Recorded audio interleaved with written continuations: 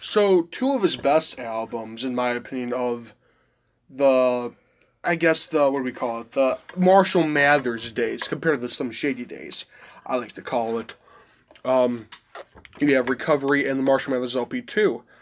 Marshall Mathers LP two, we know, a sequel to the Marshall Mathers LP from 2000, and Recovery, a sequel to Relapse. Recovery is the second part of what would be a three-part album trilogy, like that. Recovery hits such as Of the Way You Lie, Not Afraid, Cinderella Man, 25 to Life, Won't Back Down, Talking to Myself, Spacebound, and, plenty others. Um, very good songs in there. My personal favorite on there is Spacebound and Cinderella Man. Not many. I don't think, if I remember correctly from last time I listened to it, I don't think there is a Slim Shady esque song, like a more upbeat type song. If I can remember, I don't think there is. But you see that more in the Marshall Mathers LP too, because it is a sequel to the first Marshall Mathers LP.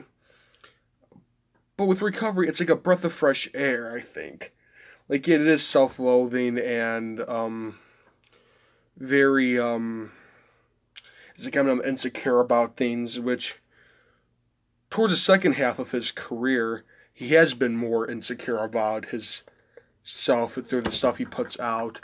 So I understand where that's all coming from. Yeah, where that's coming from. But it's two of his better albums. Some of his best work. Um, so what do you think of Recovery? To me, Recovery, honestly, for me personally, it's not one of my favorite albums by his. Mm-hmm. I get that it's one of his better albums, Mm-hmm. and that's all really opinion based, but it's not Eminem to me, and that's kind of my big problem with it, Mm-hmm. I guess. I just can't really get into it. I'm not saying it's a bad album, but I just don't, there's just not a whole lot that I like about it. I like more the old school Eminem. Yeah. So when we get to the LP2, that's when I'm going to be able to give more input. But with this one, it's like, I respect it. I respect what it did, I do understand where you're coming from. but it's just not my taste, I guess. Like Recovery, not many people like there's people that really like it, but one of the big takeaways from it is it's not really Eminem. And I think Yeah. and I will agree with it. Yeah. But it's still, in my opinion, it's still a very good album. And I agree, and I can see, again, I'm not saying that it's a bad album, but I just, again, LP2 is more my taste. Yeah. I'll be able to give more an opinion on that. But, I mean, for this album, I don't even know that I could really give you three songs that I even am really a huge fan of off the album. Because, number one, I haven't really listened to it. When I have, I just wasn't a huge fan of what I heard. Yeah. And that's all fair and everything. Again, Yeah. It's all personal it's a matter taste of an when it opinion. comes down to it. For me, overall, one of his better albums, not one of my favorite albums of all time, but it's up there with some of his best work. You ask me. Not Afraid is a great anthem, still gets played all the time. I personally like it. Of course, yeah. Love the Way You Lie. I like the song, even though it is really overplayed. I still do like the song, but I can see where not many people like you. I know you're not the biggest fan of To the me, song. it's too poppy. Yeah, and I will say, and that's. That's my big problem with it. It's not hip hop, it's poppy. Yeah, and I'll agree with that. I still do like it, but And again, that comes down to personal taste. I will say, yeah, sounds a little too poppy. Spacebound is very refreshing, even though it is like, oh, him and this girl, sounds like every other most other songs. But the approach of it, I think is very cool. The settings and stuff that he portrays, very good, very very well done. Have you heard of Spacebound? I might have once. I personally really like this song. It touched on a lot of things. I feel like you played it one time. Somewhere. I don't remember where. Trying to think. Cinderella Man, it is great. For a song that was not meant to be a single, it's one of the bigger songs off that album. And it's perfect. It great hook, great beat. him just like yelling the rhymes. It overall just works for me. I really like that. My uncle got me into that song of his. And if I had to pick a song off that album that I would listen to, like actually listen to, it would either be Not Afraid or Cinderella Man. You know. I think overall it's like one reason I like it is because it's not Eminem, but it's a breath of fresh air. It's the second half of his career, I think. While we have not seen that Eminem before, and I don't think we ever will again unless you want to count Revival as that, which we'll get to later. That's all a matter of personal preference and opinion at the end of the day. I think. I think we don't. I don't think we will ever get. I don't think we'll ever get to see that again, because while it might have been a failed attempt at a different take, it was still a good attempt. Yeah. While you might not have liked it, but I did. It's one of those things like it's 50-50, but even the people who said it's not my type, it is still very, very well Yeah, and that's where I stand with it, you know. Yeah. It's not my kind of music that it's not my cup of tea, but I respect it. Yeah. You know. And I respect that it is, in a lot of people's eyes, a good album. I like it. It's very cool. Again, not really much to cover on there. Again, that's his comeback album. Like, hey, I still got this. But if you don't believe me, let me drop this Marshmallows LP2 real quick. 3 years later. And again, you know, I especially respect it from the standpoint of it after the last two albums that he, you know, Bagpipes from Baghdad, you know, it was the last thing we heard from him, and then he does something that's albeit poppy but still good. Yeah. You know, again, I respect where it's coming from. Yeah. And that's my big thing with it. And yeah, it's a more poppier album. It's still executed well. Again, execution is key in everything. In any form of course. music, it's the execution. It's like what we keep saying. You know, that's our big thing that's a big thing with music. Any genre even, it has to be executed right. Otherwise, it's just not going to be good. Like an example from one of your favorite bands, Van Halen. Let's just throw out Van Halen real quick. A song about suicide is not a great idea. But executed correctly, it can be a Which is what they did with Jump. Yeah. They executed a song about suicide really fucking well. And it became a hit. Yeah. For the 80s. Morheya. Song with a deep meaning like that and very sad. Outcast? Yeah. Should not work. But the way executed. Exactly. Yeah. Is going to be forever known. I think, for me, Recovery is a good comeback. I think it's a comeback album. And I will agree with that because here's my stand on it also. Because it is so poppy, it put him back in the mainstream after he made such shitty albums. Again, while I don't like it, I can understand where it's coming from, and I think that it was the right move for his career at the time. And then, which, for me, that was his comeback album. If people still don't think I came back. Let me drop a sequel to my best album. Let me just do that real quick. And if you still don't believe me, then I don't know what I have to prove to you. Yeah. I think Raw Recovery might have been his comeback album. I think more people agree that Marshmallows LP, the LP2, is more of a comeback album. And that's me. You know, I'm that person that he's like, all right, let me make a sequel to that other album to really prove to you. You're on the fence, let me get you. Yeah, and that's what it did for me, even, you know, or that's what it does for me. Obviously, I wasn't into him at the time, but, you know, looking through the history. And, you know, so LP2, I'm just going to start off with that one because, again, this is actually one of my favorite albums of his. This one probably has the most songs on it that I like.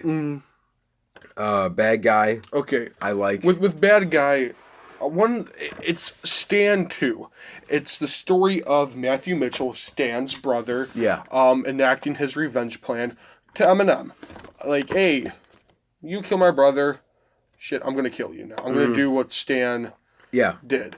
And it's just perfectly executed. Again, not as good as Stan, but it's still great good. Sequel. It's a great sequel song. But I like Bad Guy. I like what is it? I'm trying to think. Berserk. Oh, Berserk. Fucking party anthem. Oh, I that's mean, a you know. great one. It's a throwback to the Beastie Boys. Yeah. Yeah. With Rick Rubin producing. Oh man, it's great. I cannot think of many bad things to say about that particular song. It's just one of those ones that just let loose and have fun. And then my other one, even though it's not one of my favorite songs of his, I still respect the hell out of it, and I think it did a hell of a lot for his career, which is Rap God. Oh, I see. I'm a fan of Rap God. I can see where, because you've talked about this before, kind of corny, for me, it's not even the corniness of it. And maybe corny is a bit of a overstatement. To me, it's just you hear it so much, and it's so I can't put my finger on it. I can't truly put my finger on. You think it gets repetitive? It gets repetitive, I guess, but I just can't vibe to it. I can't jam out to it. I can't rock it for whatever reason. Now, let me say this. While I cannot vibe to it and I can't jam to it, I can't do any of the things with it that I would normally do with my music. Mm-hmm. Either it's going to get me pumped up, or I'm going to vibe to it, or I'm just going to rock out to it in my car. I can't do any of those things with this. Yeah. And that's just how it is. You know, that's just me. That's just my personal whatever, you know. Again, it's all personal preference. But I respect the fuck out of it because it did so much for him. It was a big part in cementing him as the rap god that he's known as today. And it just it coined that phrase for him. And it started that again, it's a big blueprint for who he is today. And his image in the game today. I think, for me, Rap God, here's how I look at it. I can jam out to it. I can vibe because, for me, vibing, I also listen to lyrics. And every time I listen to that song, I hear something new. It's one of those types of songs. And I get, again, it's all personal preference. When I listen to music in any genre, whether I'm vibing or I'm bumping or I'm getting pumped up or whatever, I always look at both the lyrics and the sound because they have to go together for me. You know, it has to all play well, and it's again execution. And to me, it just doesn't do it for me. But again, that's just my personal preference. I think for me, the piano opening is iconic. I agree with that. It's iconic. I only have this one chance. Yeah, is iconic. I was gonna go easy on you. Yeah, yeah. The whole song is iconic to him. And that's the song. While maybe that whole album, that's the comeback. That's the song that made sure this is the comeback album because it showcases the lyrical ability. If you don't believe that I'm the best lyrically in rap and probably music history, this is a song that's going to prove that I am. Yeah. If you don't think that I can rap fast and rap at a supersonic speed, this is a song that's going to prove and that's you my wrong. thing with it. And that's my thing with it is, again, and it started not only did it set the blueprint for who he is as a rapper today, and I mean, we always knew he was talented, but when you can use that many words that quick, oh yeah, but it also cemented a certain standard for the game as a whole. Oh yeah, it changed his image, it changed himself, but it changed the fucking game. Oh yeah, because now you're adding another level to what makes a great rap artist. Can you rap fast? Can you rap faster than Eminem? Well, he set a fucking standard for the whole thing. If I remember correctly, I don't know on what song, I don't know what album it was off of, but Busta Rhymes did a track, and he rapped fast. It was faster than Eminem's verse on Rap God. If I remember correctly. Yeah. No one talks about that. No one talks about that. Because Eminem is such a big name. Eminem, they talk about Eminem's. And I might be wrong, but I think Busta Rhymes says, yeah, Eminem is the guy. The guy. And in all honesty, I didn't know that happened until you told me just now. I think overall, I like the beat. I think the beat's cool. I think, while Eminem gets a lot of hate for using that word. I'm not going to say that word. The F word, the one that's referred to Tyler, the Creator. I'm not going to say it because I don't support the word, but he's used the word for 20 years. You call someone slow, if you know what I mean, Yeah. that's nothing.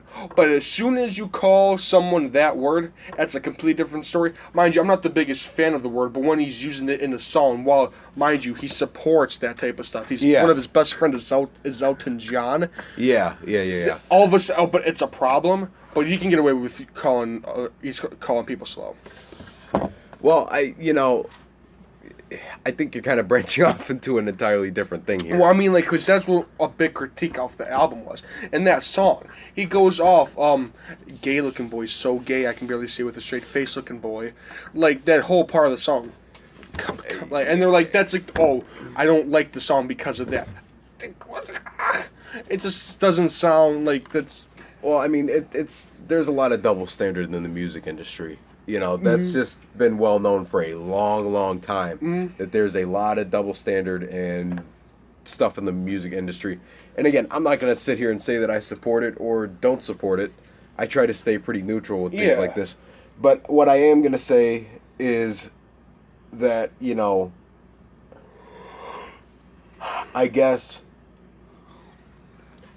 it's just, it's a double standard, There's a lot of other things to nitpick about a song.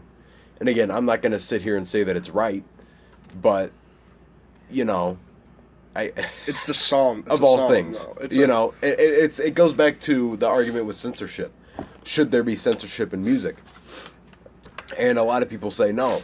And because it's like people, there might be censorship in music, but people in real life, out in the real world, are not going to censor themselves because they don't give a fuck what anyone thinks about them. No, that's true.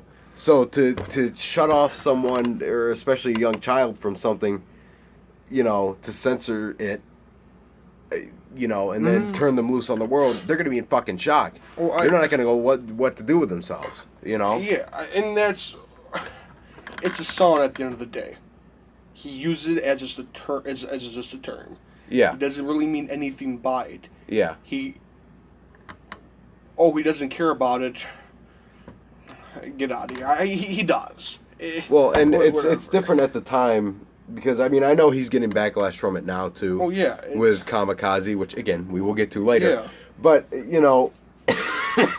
I don't think it's nearly as much as he was getting at the time that Rap God came out, or at least not yet. He's not, and so I think it's just. Well, even then, look, because Rap God's it's 5 years.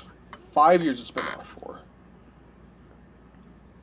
To certify a song as a classic, it's 10 years. That song has been 5 years and we already know it's a classic. We've already gave it the certification of classic and it's already stamped of approval waiting at the classic office. Right now, just needs 5 more years. Yeah. We already know it is. And people have since gotten rid of those argument stuff and started enjoying the music. You have to enjoy music, I think. And I think that society as a whole is progressing towards being more open-minded towards let's just listen to it instead of trying to nitpick everything wrong with it. Yeah, I think for me, this album, anything before this album, I don't think there was an argument. I don't think there was a legitimate argument you can make saying that Eminem is the greatest of all time. Before this album, no. This album comes out, a lot of people's views change. A lot of people's directions. Yeah. And then there was all of a sudden a legitimate argument that, wait a minute, is this white boy from Detroit the greatest rapper of all time? And we're just not realizing it. Rap God did a lot for his career. This whole album did. Look at Evil Twin. He says it's basically Till I Collapse Part 2. Fuck top 8, bitch. I'm top 4. Pac 1, Biggie 2. Who the hell do you think 3 and 4? Referring to Eminem and Slim Shady. Yeah. He didn't say Pac 1, Big 2. It's up to you to decide what the order is. He gives you his personal. Yeah. It's up to you to decide the order. Like, all of a sudden, there's no Reggie or Jay-Z. There's no Andre from Outkast. No. It's Pac, Big, and then Eminem and Slim Shady. And, it's just funny because, and I'm sure we'll probably make an episode about our top 10 list and everything else, because I know we agree on the top 3, but then I think after top 4, maybe we agree on, and then I think after that we kind of start to divert a little bit. I think it's usually the same people, but just in a different order. Most of the time, there is because some people are going to think KRS-One, or people are going to think MF Doom is in there. People are going to think Eazy-E. Again, I'm not. Again, that's just a different conversation for another day. I think I kind of end up throwing in a bit of a weird element into it because I know a lot of the underground guys. For whatever reason, I just get drawn to underground type Underground's stuff. good. I cannot throw undergrounds for me.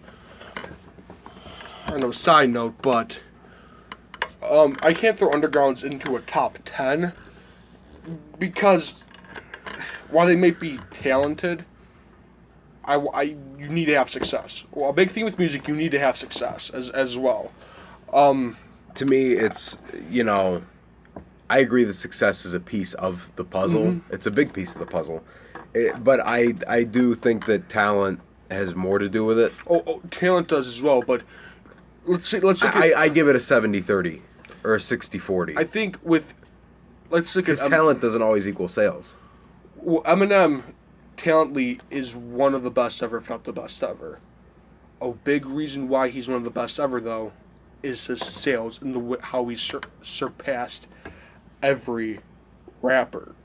You take a guy like Vinnie Paz, for example. I think he's one of the best white rappers out there. Probably he's one of the best white rappers of all time. Top 10 in my opinion, by far. He is very good, and for him being underground, he's probably one of the best all-time underground. And I mean, correct me if I'm wrong, but probably top 5, I would think, because you think about it, white rappers. You have Eminem, Lil Dicky. Oh, if you're talking all time, Lil Dicky ain't up there. I'm just talking about white rappers. Oh, in general, MGK, Logic, who's you can have. Yeah, I didn't intend. I know that could have come out. That could have come across as sketchy, but yeah, obviously that's not how I intended it to be. I'm just saying,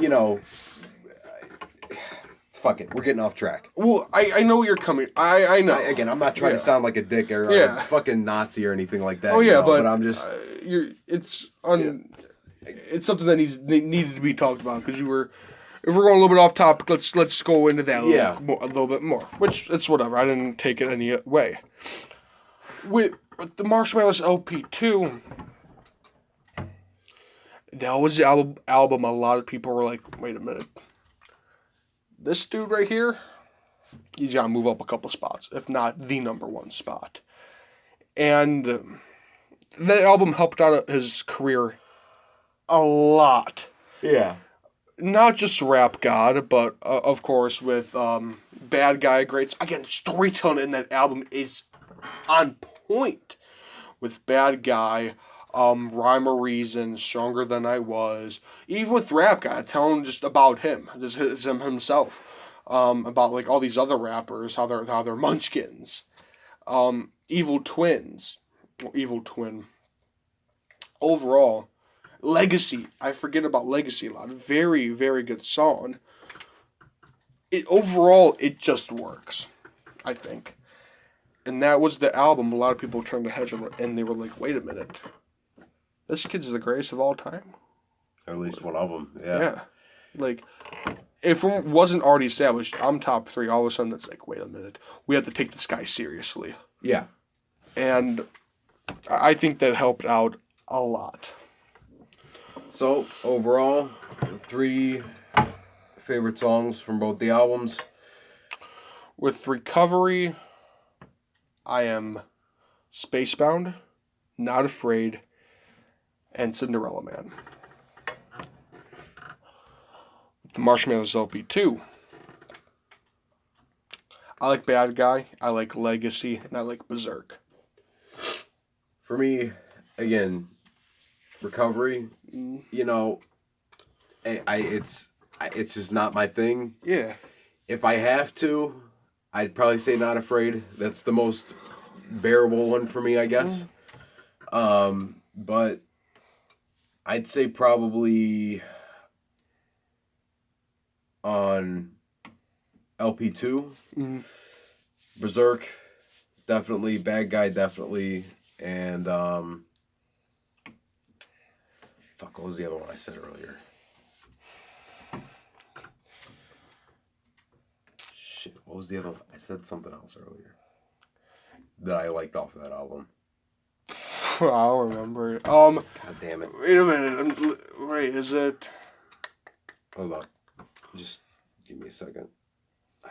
What the fuck was it? Dude, I don't know. Was it? I don't know. I don't even know. It's awkward ass. Yeah, I know this part. But anyway, we'll talk about that. What? Let's talk about Let's that. talk about that. I'll Talk about how awkward this is.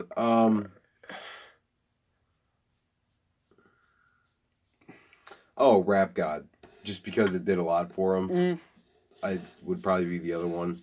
Yeah, it's that I am a fan of. Again, just a fan of from the standpoint of how much it did for his career. Yeah. But that is the Marshmallows LP 2 days. Next, we're coming to current Eminem. We're going from the 2017 release of Revival to the current 2018 release, the surprise album of Kamikaze, and the couple singles he put out between the two albums. And a current beef going on in hip-hop right now we'll talk about. Let's talk about it. So stay tuned. Yeah, we'll take a quick break and we'll be right back with Revival to the Kamikaze days of Eminem. And we are going to end this off with the 2017 release of Revival and the current 2018 surprise release of Kamikaze. One really well respected. One not so much. And we'll get into that. So let's start off with Revival. It was built up. It was promoted well. The marketing was done well. You saw ads on the side. Oh, you take Revival, like a pill type. Yeah, thing. yeah. You saw there was ads running. The marketing was well, and it got me really excited. And he released the album cover. He releases Walk on Water, which I like Walk on Water personally. I think, even though I don't think... very mixed response. It was very mixed. They were like, if this is what the album is like, I don't know. I personally liked it. Because, especially with Eminem now, it's 50-50. You either like him or you don't. There's no in between. Yeah. There's not an in between. And with Walk on Water, it's like, you want me to go back to the old Slim, but when I go back to the old Slim, you say, hey, no, you're too old for that. Try some new stuff. But when he tries the newer stuff, oh, no, you got to go back to the old Slim. It's a lose-lose thing for him. But then Kamikaze drops. So we'll get to that in a minute. Yeah. And that was true. When M tried the newer stuff, didn't like it. When he goes back to his older stuff, well, no. he couldn't find the right combination, and he couldn't find the right way to, again, the delivery. Yeah. He could not deliver it right. He had the right idea in his head, but he just couldn't get it in a way that people could enjoy. Now, disclaimer, I do like the Marshall Mathers LP too. He goes back to his old roots, and it works. It works. Relapse, he tried to go back to his older days, and no, it didn't work. At all. No way. But anyways, besides that. Revival was met with harsh criticism. But mixed reviews, more or less. Harsh criticism and a lot of praise. More harsh criticism, I think. I never really saw the praise. Oh, I saw a lot, when it was released, I saw a lot of praise for it, but then I saw a lot of harsh criticism. Like, okay, mixed reviews, I'm just going to go with an open mind. And I listened to it. It starts off with Walk on Water, and I think it's a great way to open it. I agree. Overall. And again, I love the song, Good Hook. I don't think Beyonce's voice fits it, but other than that, I do like it. We go into Believe. Nice trap beat. I think even a lot of the new rap heads are like, okay, this is good. I like a nice trap beat, and he's spitting some very good bars on it. It's very, very well executed. I think that's going to be the word of this podcast. Execution. Yeah, well, because that's what Eminem either does really good at or really bad at. So for me, at least, it was a 2 out of 2. I think he did 2 good back-to-back tracks, and then Chloroseptic, and then Untouchable. Yeah. River, that's enough. But, like, let's go back to Chloroseptic real quick. The original track had 2 Chainz on it, and a verse from 2 Chainz and a verse from Fresh Air. The 2 Chainz verse is lost for the time being, and Fresh's verse didn't have one. He was just stuck to the chorus. And Eminem, while it was a good beat, and M's rhymes were good, it was too choppy. It just didn't fit well. For me, at least. Then we get the Chloroseptic remix, which was a fucking banger. It was great. We'll get to more of that in depth. Remix, just great. We go to Untouchable, and a lot of this song was met with high praise at first because, like, oh, this is actually Old Slim. He's actually coming back. The dissing is back, and I was like, okay, yeah, dissing is back. I listened to the track, and if the track was just the second half where it's a slower beat, well, not a slower beat, but a better beat than Guitar and Cheech and Chong, and just him rapping, Yeah. I would like it. Yeah. But it wasn't. Yeah. I would give it like a 5 out of 10. Only reason I give it a 5 out of 10 is that second part saves the song. It is very well done, that second part. The first half, no. River, you either like it or you don't, I think. It's like the Love the Way You Lie. You either like it or you don't. Yeah. I personally do like it. For me, good storytelling. Very great storytelling. And then from there, oh geez, where do we go from there?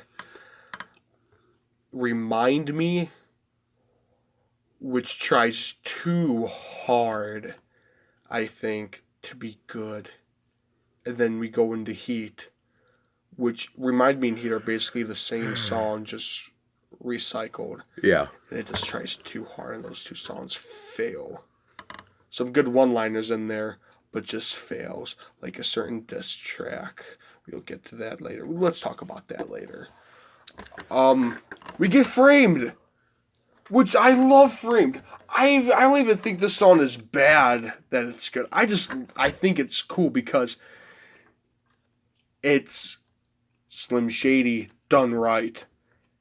And the hook, while the hook is... I like the hook. It's a good hook. While the hook may drag out words and sound bad at times, still overall, I like it.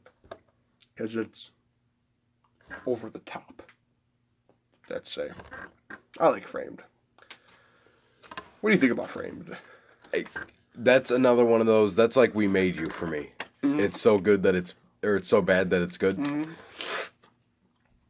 Like, that's the only way I really know how to put it. And that, for me, I feel like that's...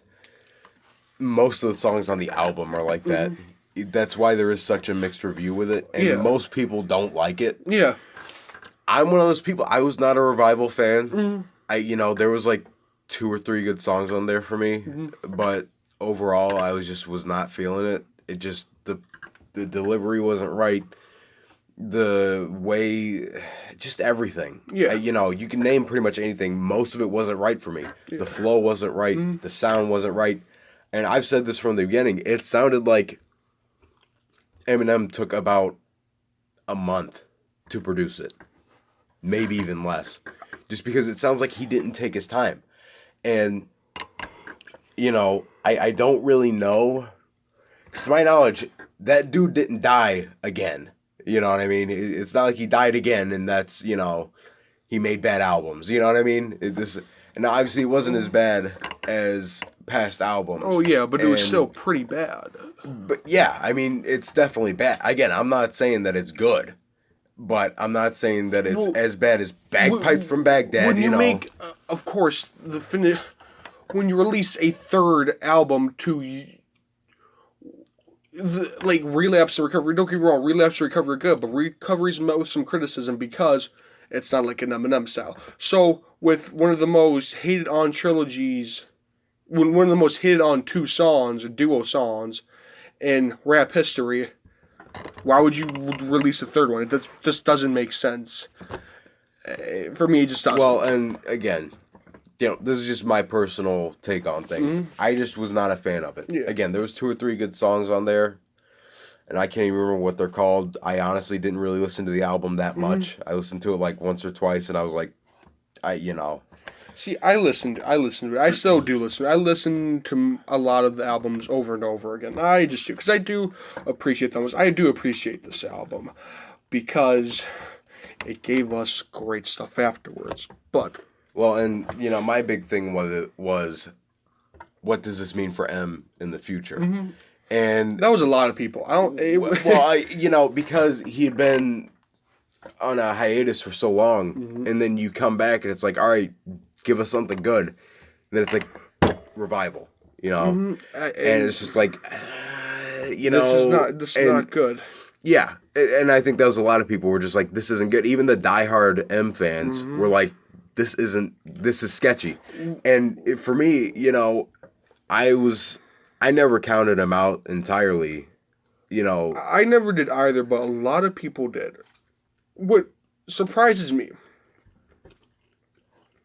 while the album was out, I like Walk on Water. I like River. I do like Offended. Offended's good, and it has a very good fast paced verse right at the end of the song. I think that is very well executed.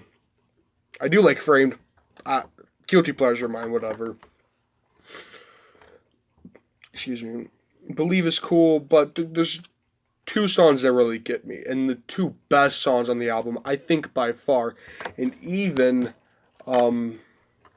people who are not fans of the album will tell you these are the two best songs on the album. Yeah. Castle and Rose. The last two tracks on the album, they go right into each other. And I think those are the two that were my Castle, favorite. Pure storytelling. Some of the writing in that particular song reaches Stan's level of storytelling. He's writing letters to his daughter, like from before birth to you're in school to, hey, if I'm gonna die, I'm taking these pills. I'm probably gonna die.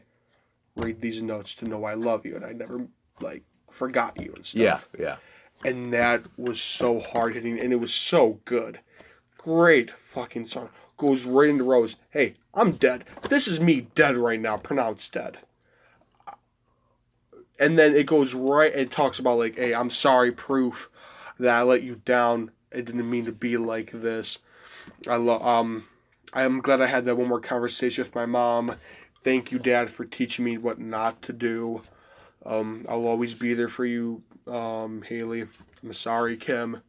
And then he's like, hey, I'm starting to wake up. And then it goes right into the castle hook again and starts going off, shred these old letters. I'm back. I don't care. And people are saying, well, because there's some hey, I put out this last album, then I'm done with it. And they're like, wait a minute. Is he just throwing out hey, he's done? I knew he wasn't, because first, that he was referencing Encore, because he was dead and stuff, whatever the case may be.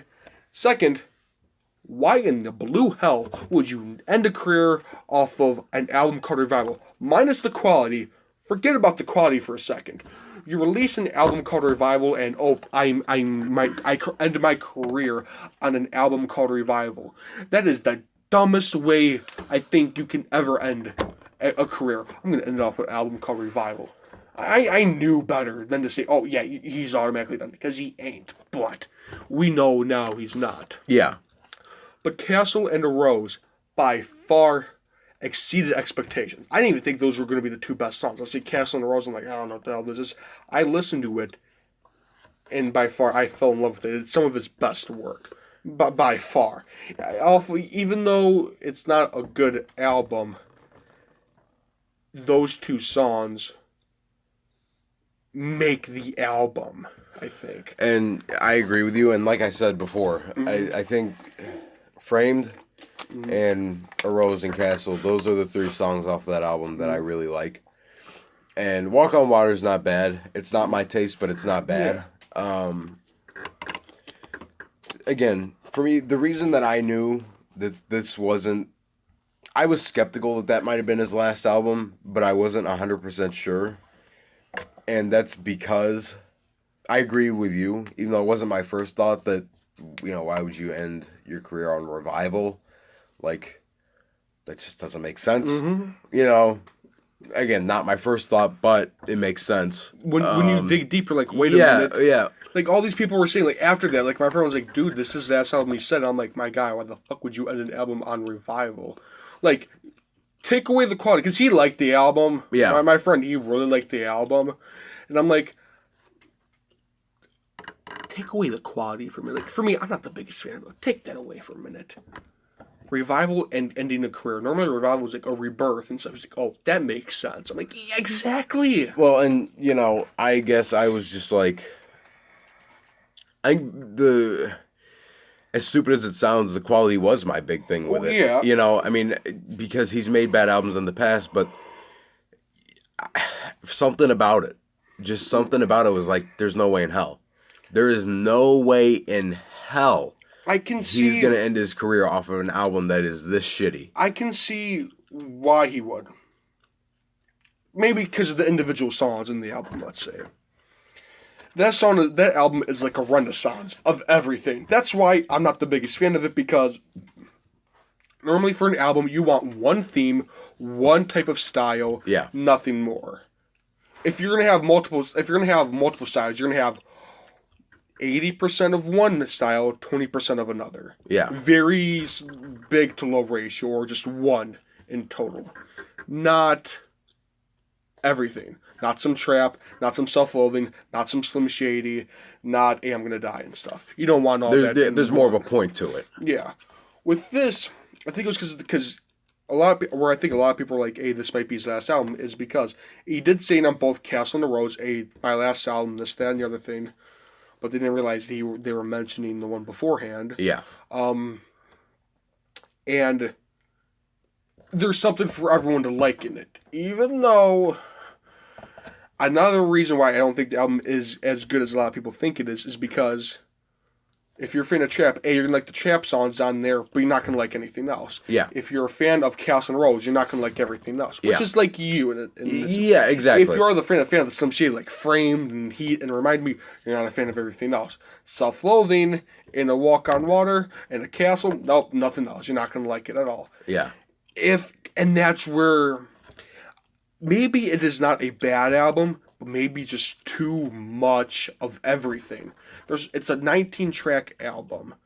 There's just too much of everything. The way I saw it with this album, and again, this might be a stretch, but again, it was just kind of one of my first thoughts, was that Eminem, I think he almost needed to get some shit off his chest before he could really move on to the true work. Because just before Revival came out, he did the Trump diss on the BET Awards. Yeah, which was met with praise and criticism. Again, yeah, a lot. Well, and when you start getting into politics and shit, you're going to have very, very split responses. Mm-hmm. And it's going to be very 50-50. Mm-hmm. So but, he did that diss, and then he drops Revival, like, what, a month after? Not even. No, it was like a couple weeks after. 4 months. Because the disc was in September. He released the album at the end of shit. I thought this was like way later. He started in September. The disc was in September. He released the album at the end of December. So 3 months-ish. Oh, fuck me. I thought that this was like in January or some shit. No. Oh, goddamn. Okay, well, my timeline's all fucked up. But either way, you get my point, though. Yeah, I know. He did this, and then he releases the album not too long after. Yeah. For an album release, that's a pretty short amount of time. Yeah.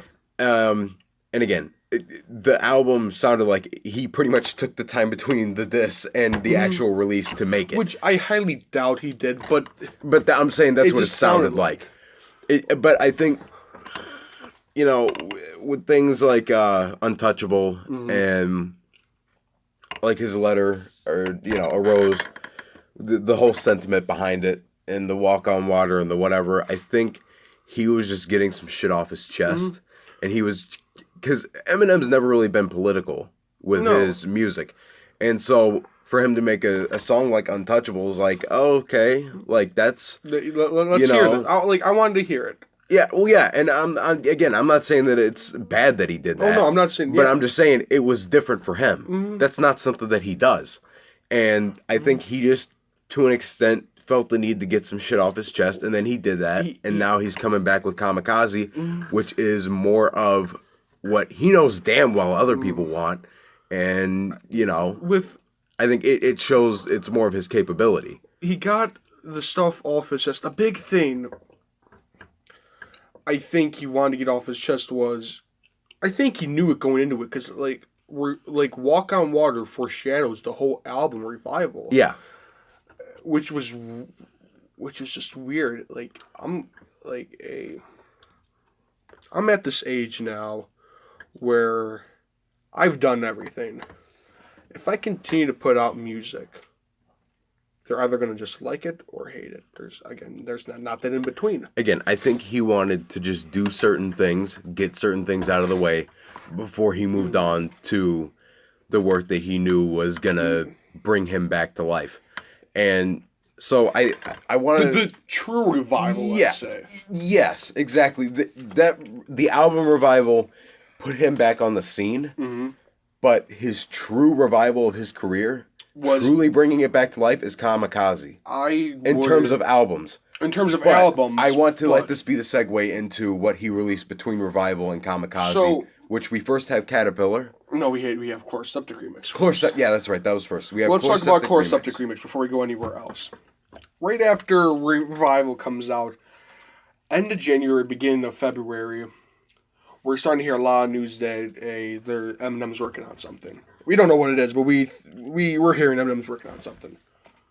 All of a sudden, the day after, we hear that Chlor Septic Remix drops, and the beat is changed. You hear a brand new verse from Fresh. You hear a killer verse that gets you pumped up from 2 Chainz, and then you hear a 2-minute verse of Eminem just going off. Hey, you hate Revival? Fuck off. I don't care. And so he's going off. He starts off, the whole thing, he's just going off. 2 Chainz goes off. I don't understand what the fuck Fresh is saying, but he goes off. Yeah. It's a whole the fuck he's doing, he's getting into it. It's a whole 5.5 minute track of them just going off on a trap type beat, something that Eminem's not the best at doing. At least in the past he hasn't been. But now again we're seeing it with Kamikaze. But again, just to kind of stay on topic, so we have Chlor Septic Remix, then we get Caterpillar. What do you think about Chlor Septic Remix? I think I don't think there's much more to say. It was it was a revival of Eminem. Again, in terms of order albums, obviously Kamikaze is going to be his revival, so to speak. But in terms of, hey, this is what the fuck we're looking for. This is what we expect from Eminem. This is the lyricism and the flow, and just this is the shit. Yeah, that's what we get in Chlor Septic Remix. And his whole attitude of I don't give a fuck what you think is exactly what we look for now. You have people who are not even big Eminem fans reacting to this, reviewing this. Like, I watched this one reaction, they're not even a big Eminem fan. And they're watching this, and they're like, okay, and they're getting ready. My big thing was I was hoping Eminem changed his verse. I really was hoping if he starts off this distinctive nature bullshit, I'm gonna go kangaroo on his ass. Yeah. I don't want to hear I don't want to hear that. He goes off. Just goes off with something new. Bin Laden with the pin bodying again. I'm like, oh. Yeah, well, and that's everyone's reaction. Everybody, you can just see the face like, holy shit. And the way he can change the flow within 2 minutes, hands down, that deserves credit. Oh, hell yeah. By far. And anyone will agree with you. So it works well. 2 months later. Then we get Caterpillar. Royce the 5'9" Book of Ryan, the second track off the album, I believe. It's Royce the 5'9", King Green, and Eminem. King Green kills the hook. By far. That hook is fantastic. It definitely goes with it. Royce drops 2 fantastic verses. Eminem over here, he's not budging to move anything. He throws off a middle finger. Nothing big, though. Eminem fucking goes off, dude. And so real quick, before we go any further with this, I want to give my perspective on the song and the music video as a whole. Okay. Now, of course, the music video, it just is what it is. Yeah. I think Eminem, because it builds fucking tension. Like, Eminem, he's not fucking moving. What the fuck is he gonna do? He better say some good shit. And then he just fucking goes in like a motherfucker. Dude. But, in terms of the message of the song, though, Yeah. here's how I look at it. Now, we've talked about this, so you already kind of know what I'm going to say. Yeah. But for the sake of the podcast, of course, you know, Royce is kind of, he's almost giving like the wise man's perspective. Like, hey, you know, they're not these new rappers, this new generation of like mumble rap or whatever you want to call them, they're not lyrical like we were. Yeah. You know, they're not telling stories like it's not storytelling, but it is the new generation of music. These caterpillars. And you can't disrespect the new generation of music because you don't know where it's going to go in the future. It hasn't fully evolved yet. The caterpillar going into the butterfly. Yeah, which is respectable. You know, it makes a good point because a lot of people do hate on mumble rap. Very wholesome approach. You know, and then he's, you know, I'm trying to be number one in my son and daughter's life. That's fucking great. You know, again, he's a new father. You know what I mean? Or at least relatively new. At least as far as I know. And, you know, so I think that it's great. Yeah, again, he has that very wholesome approach while still taking the approach of, hey, I'm still number one, though. Yeah. Or at least I'm still one of the greats, you know. Like the hook says, your number one hit is not your number one shit, or something along the lines of that. Yeah, like he's still cementing, like, hey, I'm still, like, the GOAT, so to speak, even though we all know he's not. But and no disrespect to him, but, I mean, he's very talented, don't get me wrong. But, you know, lyrically, he's one of the best of all time. I agree. But, you know, But still, sake for the talking about it. Yeah. He's not the greatest, but he is one of the greats. Yeah. But nonetheless, that's what it goes into. And then, you know, all you my little rapper babies, you know, y'all bit my shit and contract the rabies. You know, so he's still saying, like, hey, I'm still the greatest, or I'm one of the greats, or, you know, whatever he's trying to say in there. And again, that's no disrespect to him, but, you know. But he's saying a very wholesome approach. Very, like, just, we're going to learn along the way. And then Eminem comes in, and Eminem has the exact opposite approach, which is basically fuck the world, fuck the new generation of rap. I am the new generation of rap. I don't give a fuck, you know. The word plays he uses to say what he's going to do to the rap game. Yeah. He's saying he's going to do what that... Yeah. Like, we were talking earlier about how he can paint a picture in my head without even any video or anything. He vividly put Anderson Silva's leg injury back in my head. I visualized it. If you don't know what it is... storytelling. If you do not... Anderson Silva... Do not look it up. I can't remember who he's fighting. But Anderson Silva, he goes for a kick, and his shin just fucking... That shit just like... I don't recommend looking it up. I really don't. I do. I don't. You haven't lived life until you've seen a fucking shin snap in the fucking direction it's not supposed to go. If you have a squeamish stomach, don't watch it. Do look it up. Because it is seriously... I'm trying to figure out what it's like. Like, it's dead ass a fucking boomerang. His leg is dead ass a boomerang. That's what the fuck it is, though. Yeah, I mean, like, you know those, like... It was like a bow and arrow that got stretched too far. It's just... You know those, like, machines with, like, the marbles on, and you take a marble and it goes dot? Yeah. His shin was going like that. Yeah. It was... The bones were just, like, floating around and shit. Like, you can tell, it's a full-on disconnect. The only thing holding his leg together was the skin. And he vividly put that in my head. I don't know how you can do that. Not many rappers can do that. Well, all time. And he vividly put that in my head. And he goes off. And my favorite line, my favorite part of the whole song, Royce put out great verse. Eminem's first half was the best. When he said, wait a minute, hold up. Like a flashcard, damn dog, exact copy or paying homage. And then he said, damn it, I can't stop it. The rap is a vag, and I'm going in like a tampon in this bitch. Oh my, what great words to just use, like, yeah. Again, it's Eminem, it's his wordplay. That's just what he does, you know. And I think Caterpillar, for Eminem's verses, was number one... For the past, of course, year, because revival and everything. I like Caterpillar. I love it. One of my favorite songs of all time. in terms of his verses, pre-Kamikaze, and because he had 3 major releases. Chloroseptic, Remix, Caterpillar, and then we'll get into this third one in a minute. It was number 1. Then the third one comes out, and Caterpillar is now number 2 in my opinion for Eminem verses. Anything else you want to say about Caterpillar, about for Eminem's or Royce or whatever the case may be? But anything that you wanted to mention on Caterpillar, or even going back to Chloroseptic Remix, before we hit our third one. Again, I think that these 3 tracks, you know, like you said, the third one that we're gonna get to, were definitely his revival and his rebirth, so to speak. That's when people realized he's not done, it's not over, and he's sure as hell not out of his prime. And you and I were skeptical on this. Like, is he out of his prime? Yeah.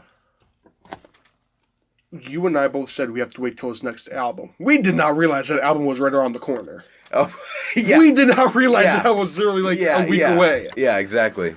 But the third track we're talking about is off of Queen, Nicki Minaj album, Majesty. Overall, the album is very mediocre, not one of my favorites. But anyway, just talk about Majesty. Track 2 on Queen, I believe. Labyrinth does the hook. Very catchy hook. I like the hook. It's not bad. It was almost like an acquired taste for me. You know, I had to hear it a few times before I could really appreciate it. Yeah. You have Nicki Minaj puts out 2 very good verses, in my opinion. She rhymes the same words multiple times, which whatever. But she's one of the best female rappers out there today. Of course, yeah. And she puts out 2 solid verses. Then Eminem starts singing, or using that harmonic layering. Yeah. We call it, where he takes his voice and multiplies it by 3. Yeah. Harmonic layering, if you don't know, is where he takes his normal voice, a deeper voice, and a higher voice, and you mash it all together, and it sounds like you're singing. Basically, that's what it is. It sounds like you're singing, but it's you doing different versions of your voice. It sounds like you're singing multiple parts. Yeah. So he starts singing. She invites me to the condo. Wifey's in Chicago. And you know, like it's funny because when I first heard this, of course, before he gets into his insane verse, just real get fucking supersonic boom, break sound barrier type shit verse. You know, I'm like, okay, this is gonna be like a goofy ass, like he's not taking this shit seriously. For me, I knew he was building up to something, because if you remember my reaction, now I remember. I'm over here like, oh, he's building up. He's building up. I remember you pulled it up, but yeah, you were I'm like, I don't know, like for me it was like I could either this is gonna be goofy as fuck, and he's just gonna be goofy with it, or he is building up to some crazy shit. And luckily for my ass, and all our asses for that matter, this motherfucker was building up to a faster verse than Rap God. And it goes off, she's tipsy, I'm sober. I'm like, okay, I like this. She's going off on this very kick-ass beat, like, and instead of all this, like, weird, like, horn sounds in Nicki Minaj's verse, they take that out for Eminem. Of course, they know what they're doing because you're going to listen to what Eminem is saying. Of course. What is he saying? Eminem is like, I'm going to put a Slick Rick song or throw some Souls of Mischief on. And all this old school hip hop is so fucking like, oh wait a minute. The wordplay though is incredible. Saying how the rap game needs a doctor, and Dr. Dre was sick. You need to swab like your throat hurts. That's why Tribe is so vital. We need Q-Tip for the culture. Q-Tip being the rapper. Tribe Called Quest.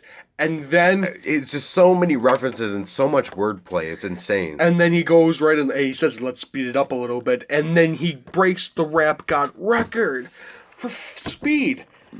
And you know, for me, I was like, I had to listen to it many times over to really get all the references. And even then, I think the Tribe Called Quest reference that you just made, that shit went over my head still. Because he does so much so fast in such a way, it's like I can't fucking catch it all. You know, I think Majesty, it's not as well known because it is a Nicki Minaj check. They know Royce. And there wasn't a lot of build up to it. Oh, yeah, there was not a lot of build up to it either. But I think it would be like, yes, Nicki Minaj is well known, but no one goes seeking out her raps. They're not. Well, people do, but I think not in the way of a Royce or a Eminem. It's all about the scene. So Nicki Minaj and Eminem are not necessarily in the same scene of rap and hip hop. Yeah. Whereas Royce and Eminem are. So all the people that are gonna flock to Eminem are gonna flock to Royce and vice versa. Yeah. Whereas with Nicki Minaj, it's like some people might, but not a lot. You know, and you get the diehard M fans, the diehard Minaj fans who are gonna flock to it anyway. But the people like myself who are, you know, I'm more on the side of Eminem. I don't really listen to Nicki personally. I don't have anything against her. It's just not my taste. You know, but I'm not like, I don't flock to it automatically. Yeah. You know, I got my own thing that I do. Yeah. And so, you know. But when this came out, I didn't even know this was coming out till the day before. I'm like, oh, apparently Eminem's dropping a new song tomorrow with Nicki Minaj. Yeah. And the first time they did that, Roman's Revenge, I believe it was called, they ain't going to cut it the second time. It wasn't good. Yeah. It wasn't good. The second time. This Eminem's verse was just so well done. And then he goes silent. Well, not necessarily silent, but he doesn't release anything for like 3 months. No. Not even like 3 weeks. A month to 3 weeks. I'd say about a month. About a month, because that song came out in the beginning of August. So 1 month. 1 month doesn't release anything. We start hearing news that he's working on the bodied soundtrack with new songs with 50 Cent and new songs with Dr. Dre, and we're getting hyped up. Then he posts a teaser on Twitter of him doing the soundtrack. Well, him doing one sound for Venom. It's the Venom logo comes up, but instead of the E facing forward, it's the Eminem E backwards. Like, oh, that's pretty cool.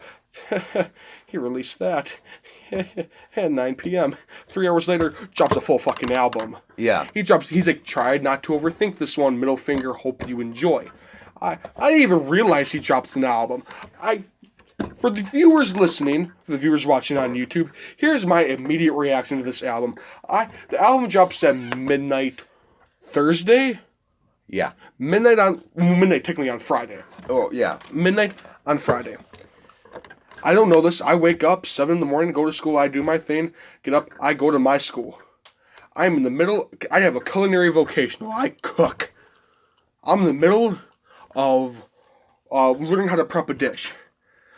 The bell rings, we walk around the building, then we get back to our class. We walk around the building, my friend comes up to me and says, hey, Eminem dropped a new album called Kamikaze. I'm like, nah, it's probably a fan-made album. He's like, no, he dropped it at midnight. No. What happened was, I found out about it like 30 minutes after he dropped it, and I texted you. I didn't read it until after I texted you. So how I immediately found out about it, because that's when I started texting you like crazy. Oh, yeah, So my friend tells me, I'm like, oh, so he tells me, I'm like, oh shit, I get back to my room, go on Spotify, it's the #1 thing trending, still the #1 on iTunes, on Google Play, on Spotify, in 34 different countries, thank you very much. Anyways, I listened to the full album. I text this man right here, White and Mild, over and over again, like, holy shit, he fucking dropped an album. I look at his Instagram, it's like, oh shit, he texted me, like, oh, this is a new album. I listened to that full, it's 46 minutes, 13 tracks. Some of his best work. It's Slim Shady-esque on a current rap beat. In current time that works. Yeah. There's only one song that I'm not a big fan of, and that's Nice Guy. I'm not a big fan of that song. But every other song, I love. Well, and the thing about the album is, I agree with you. This is some of his absolute best work. And mind you, not just currently, all time. Yeah, well, that's what I'm saying. And, you know, yeah, he does use more like a trap beat or like a modern beat. And he does take snippets from like Migos, and I think he took some from one other person, and I can't remember. We took some snippets from Migos. He like the pain meds, eye drops Yeah. From Not Alike. He that's also on a Drake beat. The Look Alive, Yeah. Look Alive, Not Alike. I just realized that. But the pain meds, eye drops, all that stuff is a diss towards Migos, like Raindrop, Drop Top, on Yeah. Bad and Bougie. So let me just first say, he flexes the hardest fucking lyrical muscle I've heard flexed in an album in a long ass time. dude, Second of all, the fact that he's able to do so over beats that he is not used to doing until the past year or so. And it's still better than most of the stuff that comes out that people have been doing it for over, 3-4 years?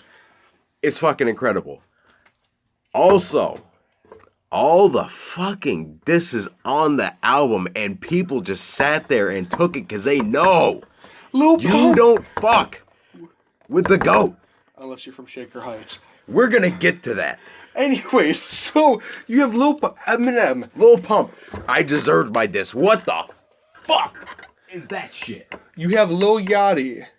Like, this is Lil Yachty. Right in the opening stuff, he said, the first lines of the Ringer, the first lines of the album said, hey, I'm not going to try and overthink this. I'm just going to write stuff from the first things that come into my head. And he just goes off. Great beat. The Ringer, one of the best songs on there. He goes on the greatest with the Kendrick Lamar beat. Revival didn't go viral. Knowing his past mistakes, Revival. I was like, oh, fuck yeah. I love Greatest. It goes into Lucky You, featuring Joyner Lucas. The best track on the album, you ask me. Showcases speed from both sides. It showcases talent from both sides. And it works great. It's also, I'm giving some praise and shine to Joyner Lucas, which I like a lot. Which, these rap inclusions is something that Revival lacked. Add the fresher feature, but as a hook, but not rapping. Fall, one of the best tracks on there. And there's a music video out to it now. Yeah. Within 1 hour, 2 hours, it gets 500,000 views. That is rare. Yeah. Goes into Not Alike with the Royce da 5'9" verse. I love it. It works great. Then, Not Alike. Oh, boy. But boy, second half, 20 seconds of it, not the full album, Shaker Heights. 20 seconds of that goes off on Kelly, Machine Gun Kelly. We'll get to that later. Then he puts off Normal, which not many people are fans of. I personally like it because it's more or less talk about him like, hey, I want you to be like normal. I want you to be like the Slim Shady. I want you to be Eminem. I want you to be normal. And Eminem's like, no, fuck that. I'm gonna be myself and stuff. Because the hook is like, I want you to be normal. And I think that's pretty cool. Yeah. Nice guy, not a big fan of. It's whatever. Good guy, I'm a fan of. There's one other track. Oh, Stepping Stones. It's about like, the death of Proof. The death of D12. Because after Proof died, we don't really talk anymore. Because Proof is what banded us together. And Proof's not there anymore. Yeah. So, I think that's upsetting. Well, of course. But, and then the Venom song for the movie. Kick-ass chorus. Fucking great beats. Great beat. Great rhyming scheme. I just like the song overall. I like Venom of Knock Knock with the Devil, and it just stuck in my head. I love it. This album really helped him. A lot, I think. People are not realizing, like, holy shit, why did I doubt You don't doubt him. I don't think you doubt him. Because he's immediately going to put out something good. And he did. And we're waiting. And waiting. And waiting. And waiting. But before we get to that, what do you think about Kamikaze? Because I love Kamikaze. I give it like an 8 out of 10. By far some of his best work. 8, 9 out of 10. I don't know. It's too good. considering the fact that he's rapping on trap beats, which he's not the best. Like, I like Eminem on trap beats. It just hasn't been good the past few times. This time, it worked. This time, a whole album, the disses, it's Slim Shady on trap beats. That's what if he were to start his career now, that's what it would be like. A current day Slim Shady would be like that. Oh, and dude. I definitely think Chloroseptic remix, Caterpillar, Miss Majesty, those were all that was just the appetizer. Yeah. That was the, hey, let's munch on this a little bit. Let's get a little of an acquired taste for what we're gonna get when Kamikaze just out of nowhere midnight fucking drops a fucking bomb. People were going crazy over just those three songs. I know. Like they were full albums. They didn't realize, hey, in 1 month we're getting a full album. We didn't know it was an appetizer, but that's what it was in hindsight. Yeah. That's my point. Like, and hey, he's your main co-host that you didn't realize you were getting. In all honesty, he went full Kendrick Lamar on us. I have yet to listen to the full album through and through. I've listened to most of it, but I've yet to listen to it all through and through. But I will eventually. But I've heard enough to know that it's a fucking great album, and I've heard enough to give a good opinion on it. And it's definitely some of his best work. Definitely what hip hop needed. Hip hop needed Slim Shady, Eminem, whatever the fuck you want to call him. We needed what Kamikaze is giving us now is what we needed. We need somebody to come in. We need somebody to be a fucking lyricist. We needed somebody to stir up shit. And not to be afraid to say the things that need to be said. And hip-hop needed a good diss again. It needed a good feud. It needed a good beef again. And I don't know if we don't know what we're talking about. We're talking about the MGK and Eminem beef. I don't know if you want to call this a good beef yet, but as of the time of recording, I'm gonna say it's 1:58 a.m. Wednesday, September 5th. At the time of recording, Eminem's diss has not come out yet. There we know. We've not checked YouTube. We've not checked Twitter or anything. I'm gonna check right now. I'm gonna check. My phone's dead. Okay, we'll check it. We're going to check right after this recording. If the disc comes out tonight, we're going to make another recording to add on to this. But if it comes out later, we'll do a separate podcast episode on it. At the end of not like 20 seconds, we know who the fuck you are, Kelly. So if you don't know how this all started, in 2012, MGK commented or put out a tweet of saying like, hey, no joke or anything, fuck Haley Jade, Eminem's daughter. She's hot as hell and stuff. Even though knowing she is 16 to his 22 years of age. That's a 6-year difference. That's very... Well, even a 6-year difference doesn't mean shit, but when she's fucking 16, it means shit. Yeah. Yeah. So, it took them 6 years to respond. Yeah, whatever. But it's like, hey, stop commenting on my daughter, Haley, and stuff.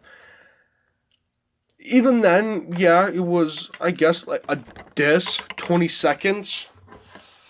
MGK...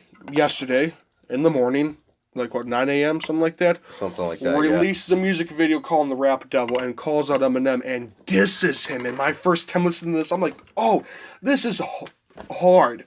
He's straight up destroyed Eminem. Now, let me say this real quick because I already know what you're about to say. Mm-hmm. I just want to throw it out there. It was a good diss. I think there are definitely some flawed points. There's definitely some shit that's like, okay, that's kind of stupid. That's kind of like drawing lines. You're crossing lines. You're doing shit you shouldn't do, especially now with a guy like M. But hey, again, hip hop needed a good beef again. Overall, and as a whole, it was a good diss. I think MGK fucking went in on M. He fucking grilled him. He toasted him up a lot. I won't say he full on flamed him, but he toasted him a little bit. You know, he got Eminem lightly toasted. You know, got a little seasoning on there. You know what I mean? He definitely threw punches with that track. I respect the fuck out of it. I will say that. That he responded. Yeah. Because most people would not, because A, you don't want to have beef with them, and second, they take it as like a compliment. Like, you get this by Eminem, that's a compliment. You got So I respect the hell out of the fact that MGK had the balls to respond to Eminem, and a good response. I respect the fuck out of that. But Eminem is about to cook the fuck out of this man. Oh, he has crossed lines. He's mentioned Haley. He's mentioned Kim. And you don't mention either and those are two things that are well known. You don't fucking cross those lines with Eminem. I think people are forgetting this man used to write about killing his mom or his wife or whatever, whoever it was. MGK is not going to be a big problem for him to write a lot about. You know what I mean? And so I'm going to let you talk in a second, but MGK is about to get cooked alive, as far as I'm concerned. At the time of this recording, my stance is this man's is about to get cooked. With the diss track, Rap Devil, I listened to it for a few times. I'm like, yeah, this is good. He laid into him. Upon listening to it more and going into the lyrics, there were shots thrown. I like some of the shots thrown. Like, the real Slim Shady can't stand up. Knees weak, the real Slim Shady can't stand up. I thought that was great. The opening line of the diss is, "Your beard is weird." That was kind of weak. I'm not going to lie. Hey, give this man some clippers. His beard is weird. The fuck? What? Okay, whatever. The beat overall. I think the beat, remade or not, whatever the case may be, it's a good beat. I like the beat. Him rapping over it. He spent all night. Like Bizarre said, he spent all night right there. I see my favorite reaction, and the reaction that sums up my reaction the best, and I think a lot of people's reactions the best, is Bizarre from D12. His reaction. If you haven't seen it yet, please fucking do yourself a favor and look that shit up. You have... But, boy... You have MGK.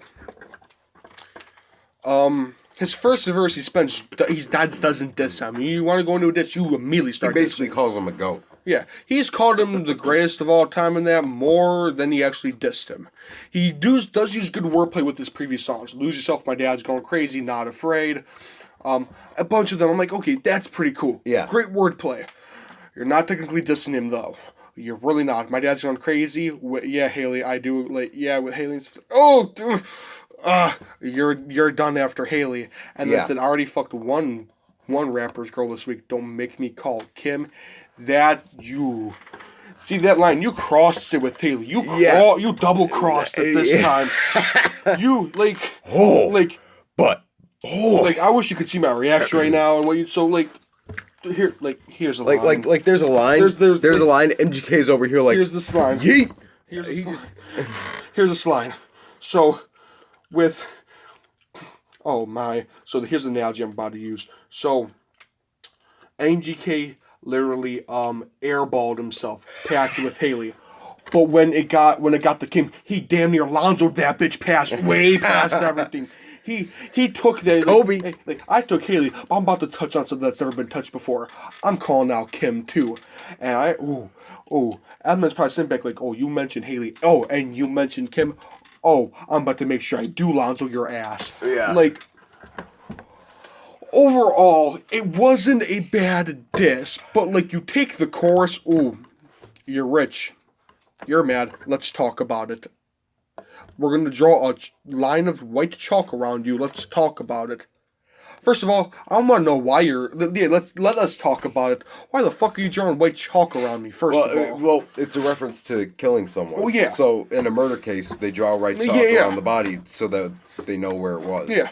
He's having the analogy that I'm murdering Eminem on this chick. No, hell, here's what I like to... Here's how I think it's going to work, I think. Overall, again, I'm different than Bizarre's, but it sums it up, I think. You did good. I give you all the props in the world that you responded. No other man would respond with sense in him. But MGK... Boy. I'm glad you responded. Hip hop needed a good beef. It did. Was the diss necessarily good? In my opinion, it was okay. There were some shots that were good. There were some that weren't. You're 5'8". I'm 6'4". Like, okay, yeah, he's short. I get it. Oh, and you're about to turn 50. Let's call 50. Great wordplay. I love that. And stuff. Yeah, he's 46. He's still putting out better work than you ever had. Revival, if I remember correctly, Revival's first week sold more than Eminem, sold more than Machine Gun Kelly's last album as an entirety. So that great MGK. He's called him the GOAT so many times in there. It just that's not the point of a diss. Like, you know you're dissing someone a legend. You know you're dissing one of the greatest of all times and stuff. When you're straight up calling today, you're the GOAT. Like, you're in everyone's top 10. Thank you. Hey, you sit inside and you read a dictionary. Yeah. Thank you. Yeah. I read a dictionary. I thank you. Yeah. Like, what? But, boy, Bizarre said, the repercussions. Y'all better stop playing with that boy. There was an Eminem beef back in the early 2000s. Him and Cannabis. Cannabis was a big thing back in the early 2000s. Gets you into beef with Eminem. Very similar to this MGK and Eminem stuff. There's a reason we don't hear from Cannabis anymore. He still puts out stuff. He still puts out albums. But who listens to them? No one that I can remember. MGK. It's been a long time since I've heard Cannabis' name. And Cannabis, I don't believe, mentioned Haley. Or Kim, for that matter. Ja Rule mentioned Haley. We don't hear from Ja Rule anymore. At least we hear from Cannabis. Ja Rule retired. After he heard Haley's Revenge, he done retired. He was like, I'm done. I'm gone. Samsung text-to-speech engine. I do use the text-to-speech engine. He's more or less, MGK said, oh, I'm not the next to you. I'm not the next Slim Shady. But mind you said, oh, I am the next Slim Shady. Let's talk about it. I'm taller than you. Let's talk about it. Okay. Overall, I'm taller than you. Let's talk about it. I think it's going to go just like the Cannabis one. Cannabis got a good shot in. Or Ja Rule for that instance. Because let's talk about Ja Rule. Because, references Haley. He references Haley. You reference Kim. Ooh, you done football. You done fucking kick that bitch off. You done kick that bitch off. He calls one line and then he just Kobe'd the other one. He was like Kobe. Shit. Yeah. He was Jordan. He was like LeBron went going to the Lakers. That shit. 1,500 miles. Like went right across the country. He was like, yeah, yeet. He was. But I gotta give props where props too. It was pretty good. Not fantastic, but it was pretty good. I give it like a 7 out of 10. I give it about a 6 or 7. Yeah. A lot of that reason I give it a 6 or 7 is the fact that he responded and he had the balls. That was the biggest thing. I think in general it was a good diss. He did good. But, boy. I think it was good, but I think a lot of it was, for me at least, it was started by the fact that it's a diss. I want to hear diss is not, oh, you're in everyone's top 10. You read a dictionary. You're the greatest of all time. You're the best ever. You're the best alive. Again, that's why it's a 7 out of 10. You cannot say that stuff in a diss. You did hear that shit when Pusha T said that shit to Drake? Hey, the fuck nah. You did not. Yeah. But that's just me. At the time of this recording, there's none. But if there is one, after we record this, we will add it in. We're gonna stop this segment. We're gonna upload one more quick segment about two things I forgot. For me personally, I forgot to mention about Eminem. But yeah, this is Revival and the Kamikaze era side of Eminem, and we'll be right back after this quick break about the Slim Shady XV, the 15th anniversary of Slim Shady, the album he put out, and an unreleased album. We'll be right back. So two things I forgot to mention into the podcast episode. The Slim Shady XV and the unreleased album. The Slim Shady XV is his 15th-year anniversary. It came out in 2014, and it was his 15th year anniversary since the Slim Shady LP. The Oh, I'm trying to remember. The Shady XV was the combination of his best hits, some new songs, and some work by some of the people who signed to Shady Records. Royce, Yellow Wolf, Big Sean, all of them. The album itself is again, it's a best hits album, but also it has I'm trying to remember some newer hits, such as Guts Over Fear, which is probably the big lead off of this. Great song. I love it. Again, it's talking about how I know I'm never gonna top how my name is, how my name is said and stuff, how it's spelled and everything. Referring to my name is. I'm never gonna top that song. Never will. I'd rather make a. He's also referring to his past mistakes. He said, "I'd rather make a Not Afraid 2 than another fucking We Made You," which is true. Like when you go through, you have a 15-year career at the time, not 20. A 15-year career, you realize the parts where you're really fucked up. And Relapse and Encore was that. And that's albums like, hey, it's kind of like a refresher and stuff. So, I know you've not really heard this. I know you've not heard this. Yeah, this is totally new to me. But it was something like okay, it's a breath of fresh air. 2014 release this. It's not like all the way his greatest hits, but it has like Lose Yourself in there. It has You Don't Know, a couple other ones, nothing really big. You Don't Know was off of the Re-Up album. Wasn't that well? Anyways, so for you thinking of the Shady XV, I believe it was a good move. It gave us some pretty good new music and stuff. Psychopath Killer, very good one. But for you, do you think it was a good idea that he put on other people from Shady Records on this album? Oh, definitely. And I was gonna try to mention that at some point. To me, that feels like it's almost his way of trying to put his buddies over. It's the same, maybe a similar concept. You know, not necessarily, people that he grew up with or anything, but the concept of, hey, these are people who also signed with me that I think are good, so, let me give them their chance to shine, see what they can do kind of thing. And, of course, to kind of make a best of, a little bit of a best of, too. Yeah, I mean, I don't see why it would be really a bad move, honestly.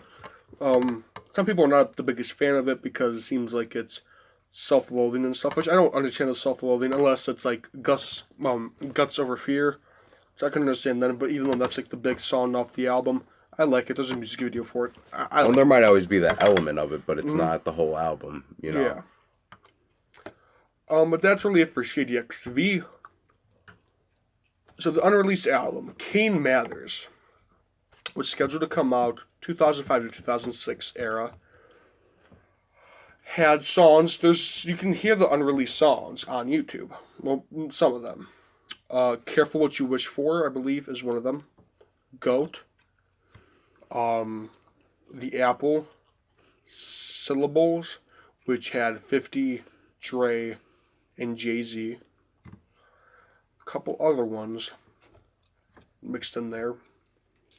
The way this album was going to go was I'm the king that's like, I'm going to proclaim that I'm the GOAT now, which you were at that time. And the unreleased songs are ass. They're terrible. Syllables is okay. But other than that, it's bad. Again, I'm glad he didn't make this album. A reason he didn't make the album is because he kind of overdosed. So, don't want to sound like a dick, but yeah, you know what I'm trying to go after. Yeah, I think he dropped it after that. Decided to work on Relapse. Which one would you rather have? Would you rather have Relapse or would you rather have Kane Mathers? I don't know. I think it's pretty cool. This is like an album like declaring your status. Yeah. not in the right way. Goat is a terrible song. It's terrible. Oh God, it's terrible. Call yourself the goat. You can't even make a good song called the goat. Whatever. Anyways. But yeah, it's talked about, and it's one big what if in rap history. Yeah. A top 3 rapper of all time. What about if he released this album? What would the rest of the future hold? That's what we don't know. And I think it's cool. Like, what would you think would be different if Eminem did release King Mathers in the 2005 to 2006 time range? I think nothing really would have been different because, let's say, he released King Mathers and he still overdosed, so that's not different. The way I see it, it's just a different album instead of Relapse. Maybe it's possible that the time frame of everything would have been a little shifted by a year or so because let's say it was inevitable that Relapse came out. So you have King Mathers, then you get Relapse, then you have LP2. It's all the same shit. Nothing would really change except for the time frame in which everything happens, not necessarily that his entire career would change. Well, and let's say that's if the album was bad. Let's say the album was good. If the album was good, then again, I don't really see a whole lot changing. But if it was bad, that might have changed a lot of stuff. But Relapse was bad. Yes, but this album was gearing up to be his worst album from the songs on there. If this was terrible, I don't know. Oh, Jody released Encore, and then I still think he would have come back from it. Again, I think he would have as well, but it would have just taken Relapse's place, and that would have been the end of that. I think, yes, but a lot of people will not be considering him as, I don't think, as good as he is now. It might knock him down a couple points, but I think with the release of Kamikaze and everything else, you can't deny at that point, and especially if this MGK disc is good, then you can't deny. I don't care what the fuck he put out in the past. You can't deny how great the man is. You know what I mean? At the end of the day, final thoughts. At the end of the day, his best song. What do you think his number one song of all time is? Drug Ballad. At the end of the day, for me, I think it's personally Stan or My Name Is. At the end of the day, is he the greatest lyrically? Yes. I personally think so as well. At the end of the day, do you think he's the best storyteller? He's tied with Pac. At the end of the day, where is he all time? I will say, for me, he's number one, at least top 3. If I do ever decide that somebody takes his place, which is not at the time of this recording, I still hold him number one because he does hit all the bases and he hits them above most people. Again, the only thing he's tied with anyone in is storytelling with Pac. And again, that's the quality over quantity thing. Not saying Pac's a bad storyteller, but M just does that little extra. So as of right now, M is my number one, but I think he's undisputedly in anyone's top 3. Or he at least should be in anyone's top 3, at least. For me, he's the greatest to ever do it, I think. And I think a lot of people don't want to say that because it's one video I watched. And we said it. We don't want to admit that he's the greatest of all time.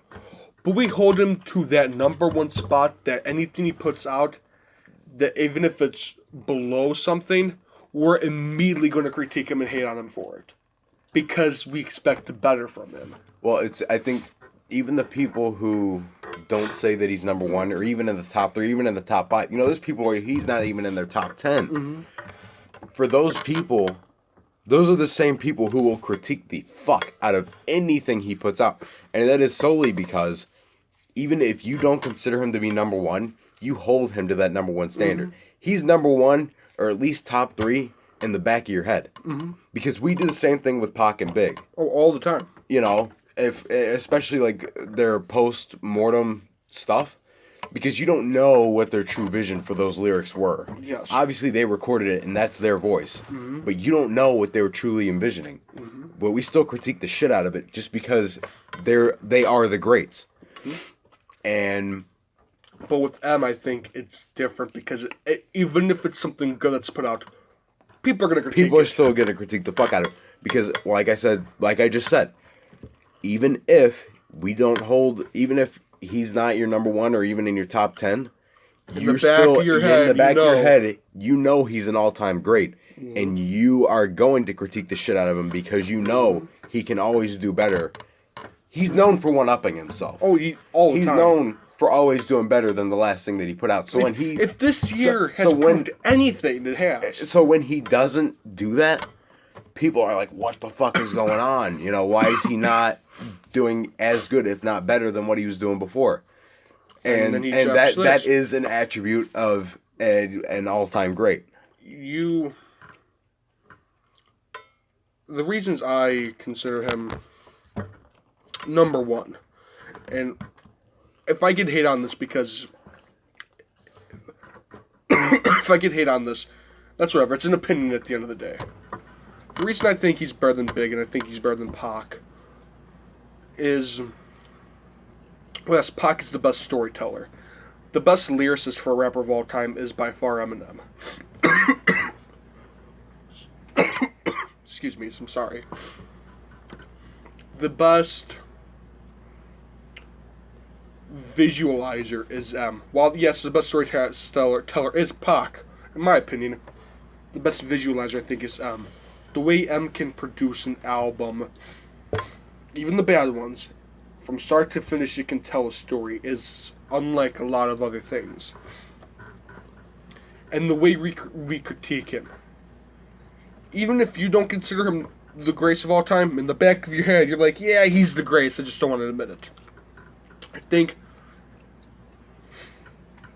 if these past few years have proved anything, it just proved that why he's an even stronger candidate to being the greatest of all time than a lot of other rappers are. People say he's corny. People say he's self-loathing. People say he's egotistical. People say he's very sensitive and stuff. Like on a Septic Remix, he's going to add to the fuel in his rocket pack until he's ready to respond, and he's going to launch it at him. I think that's all it is. That's just what he does. That's what he does. That's what he's known for. End of the day, that's Eminem, and he's going to come back better than ever. Hopefully soon. Soon. Come on. Like, it's currently 2:31 a.m. Like, please. Like, let's get it going. Yeah. I think he's the greatest. Those three albums, the Slim Shady LP, the Marshall Mathers LP, and the Eminem Show, are untouched. I've said it before, I'll say it again. If it weren't for media and critics, the Marshall Mathers LP would be the absolute best album of all time. But for getting away with a lot of the stuff he did, hands down, it's number two. But if he would have gotten away with a lot of other stuff, it would have been number one. Thank you, Dre. We've rarely mentioned Dre in this. Let's just give a round of applause for Dr. Dre real quick. Dre, you are the greatest mind in rap history, music history, arguably. You one of the greats in music history, definitely the greatest in rap history. Snoop Dogg gave us the NWA, helped us with Eazy-E, helped Pac, and everything. Gave us M, of course. I think number one on all out of all that though is Of course. I don't want to be biased or anything because Eminem is my favorite, but Eminem paved ways for J. Cole's, for Kendrick's. While yes, Pac and Big were big inspirations, they're going to lay the Eminem card down first. And that's something that's good to see, I think.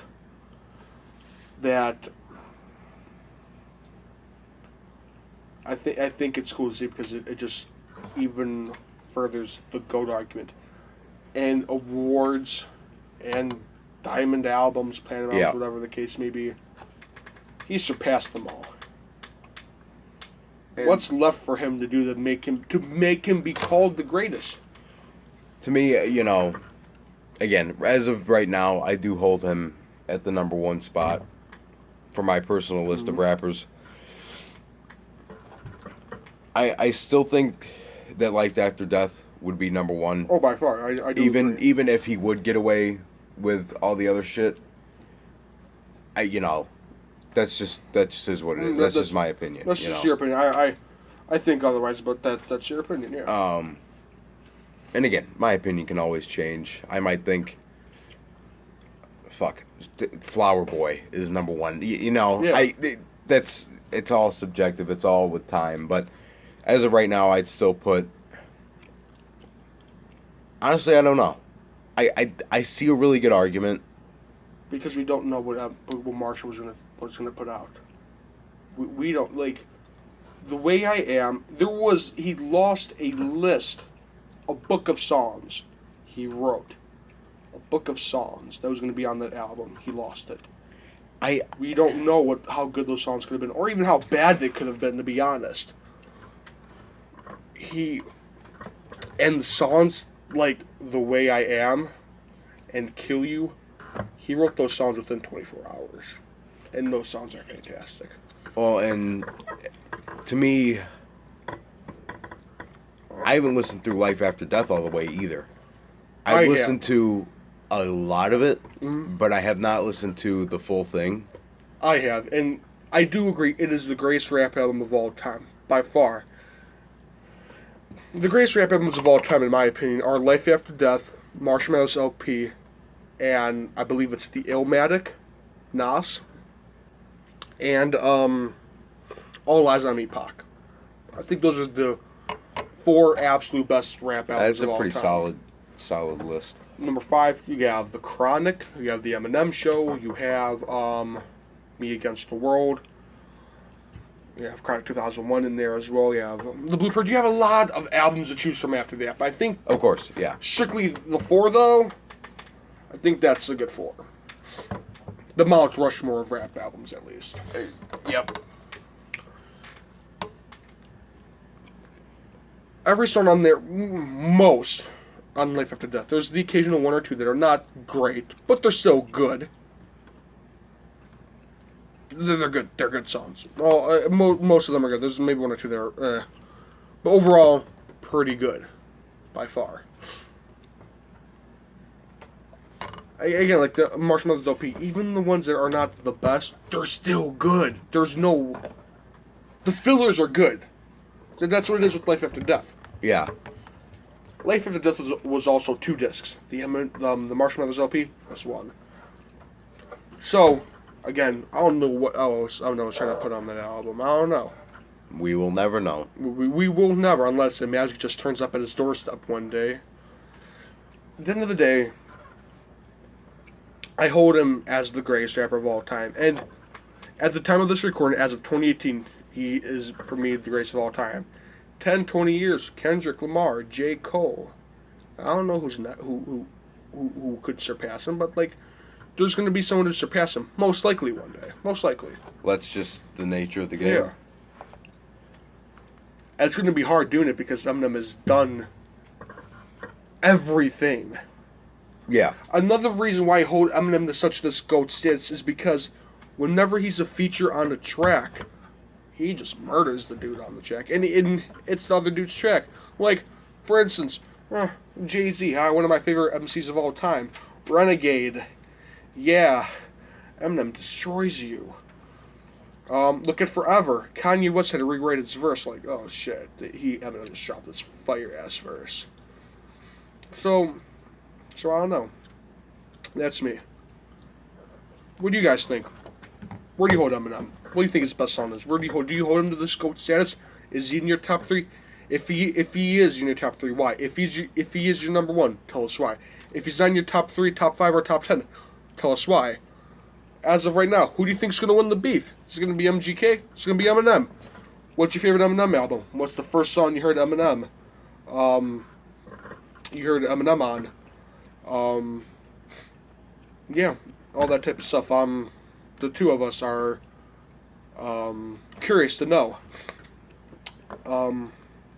Did you think MGK's This was good? Overall, what do you think of King Mathers? Let's all know that down in the comments. That'd be cool. We're going to do another podcast soon. You can call it in. You can text it in via the Anchor app. You can do all that type of stuff. So, let us know. Feedback is great. And this will be uploaded to YouTube hopefully by the end of the time this is recording and stuff. So, hopefully that's the case. Hopefully by the end of the night. It's recorded, but again, right now, we're waiting. We're waiting. Come on, we're waiting. And waiting. And patiently, ever so fucking patiently, waiting for a track for to Eminem to explode on MGK. We're just waiting. And waiting. Feels like Christmas right now. Yeah. So, anyways, this has been the Spotlight Series, episode 1 of the Spotlight Series from the Big Boys Podcast of, in our opinion, the greatest rapper of all time, Eminem. Our next podcast is going to be about, and if you heard the music this time, Stone Cold Steve Austin's theme song. We, hopefully for our next podcast episode, we are going to be doing a whole podcast based around WWE, where we rank the best entrances, the best wrestlers, the best finishers, best matches, best pay-per-views, most charismatic wrestlers, best on the mic. Yes, best returns, our favorite moments, and everything. Greatest champions. Yes, what the WWE should do going into the future and stuff, and what could have been done better in the past. Yeah, some of the best rivalries. We go over everything. And that's what you can expect out of the next episode. And WWE Spotlight. Next episode, we're going to have a special guest. Hopefully, we can agree to stuff. We're going to have Spray taking games on the show. Give his opinion on the WWE and stuff because you know him, he's a very big WWE fan. So, White and Mild, Betty Going Bad, Spray 10 games. You want to see that? Leave a like on the video, subscribe. Make sure you stay tuned for more Big Boys podcasts. As I was previously saying, I am Batty Gone Bats. I am White and Mild. And anyways, thank you for watching the Spotlight Series on the one and only Marshall Mathers, Eminem. And we will catch you in the next podcast.